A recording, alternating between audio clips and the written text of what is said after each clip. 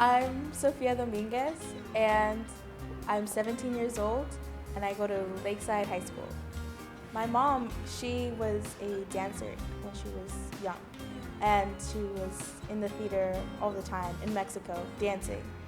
So she brought me up with going to the theater, like children's theaters and puppet shows. She always very much involved me in the theater life. So I think that she brought up this passion of performing and the arts in me, and I think I think theater is a wonderful expression of being able to express yourself. I've been part of theater since I was 9 years old. I would do a summer musical every year. And then when I got into Lakeside, I did drama all 4 years. I think the diversity in the Lakeside drama program is pretty good. I sometimes find myself feeling like other in the Lakeside drama program, especially at my first years in the drama program, when I didn't really connect with people that much. I think just building connections definitely makes you feel more part of a community, but I think that my race definitely made me more reluctant to make those connections. I think what helped me overcome that was realizing that the drama community is a very inclusive community, especially at Lakeside. Everyone is welcome and people want you to succeed here and in the drama department. And I think realizing that they were going to not judge me and that we were a team really made me think, oh, they're not judging me because of my race. They don't care about my race. And I think a lot of self-acceptance helped me be proud of where I come from and who I am, and that helped me make connections. The Young Playwrights program is where a mentor comes in once or twice a week, and they do writing workshops with you on how to build characters and how to build a good story and how you can get inspiration to start writing a story. And they just guide you through the writing process. And each student turns in and enters into this program, into this contest at the end. I came into the program wanting to do something about a Mexican story, like involving my culture and where I come from. And I understood that it might not be the best because sometimes it's hard to understand like other cultures, and I was unsure if I wanted to go that route, so I was wary of doing it, but I thought it was important because I really just wanted to tell that story.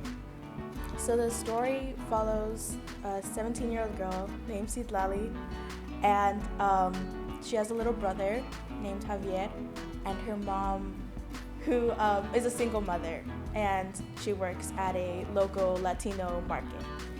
She's being overworked because there's not enough employees to tend to the market, and so, but she can't leave because of her legal status, and her mom ends up getting deported in a raid, and Citlali has to take care of her little brother, and her best friend, Mindy, has some conservative ideology and isn't there to back up Citlali. So she loses her mom and her best friend all in one, and the story ends on a semi-hopeful note. The very first phone call they have after the mother's deportation. I do remember bringing myself to tears while I was writing my play because it was very personal to me, and I somehow created a connection to these fictional characters that I had created, and I was just putting so much emotion into them that I would start crying while I was writing it, and I felt like if I wrote it and turned it in, it was going to become too personal to me for me to take much criticism about it. A lot of my personal experiences and memories as a child are embedded in this play. I decided to make her blame her brother for the deportation of her mother because my freshman year, my mom had to go to Mexico for legal reasons and didn't come back for a year and 4 months. And a lot of that time I spent, in a way, blaming my sister, and because she was the last person to see her before my mom had to stay in Mexico because she went down with her. So I had a certain resentment to my sister because I wasn't able to see my mother off. So I remembered that, and I was like, oh, this could be helpful for Citlali's story.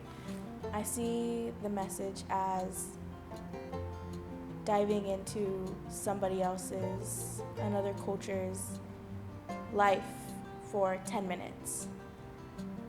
Seeing the beauties and the difficulties that many Mexican-American families face in the United States. Seeing the separation of families and realizing that immigrants deserve human rights as well, because they have families, they have homes, they have left everything behind to move to a different country, completely distant from their own, and the sacrifices that they make. I'm most excited about seeing it happen and seeing it be performed because I'm very proud of my play, and I think it has a really important message, and a message that needs to be heard today, now, in the times that we're living in. And I think I'm most nervous about how people are gonna walk away from it. What are people going to see the lesson as, or if they will find it worthwhile. It makes me very happy that people are kind of understanding and getting it, and I'm happy that my play is coming through the way I want it to come through, and I'm happy that I put some Spanglish in there. I was worried that people weren't going to understand, but I think people are seeing it as a quality rather than a fault, and I'm really excited about that. I definitely did not see myself as a playwright because my English essays, I think my grammar is very bad, and English was never very much, writing wasn't very much a passion. I didn't really enjoy it. I would write because of the class.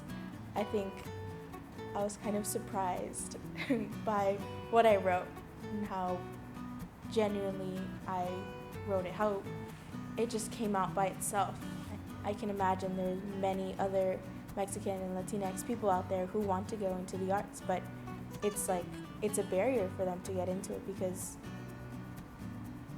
it can be hard. So I think if I saw myself more, I would definitely be more inclined, because I would think, oh well, if these many people could do it, I could do it too. Teens being active is very important because I think that will make it better for teens of color to also feel like they could be active as well. I would say don't be afraid to let your voice be heard and yell if you need to, because your story is just as important as everyone else's, if not more important.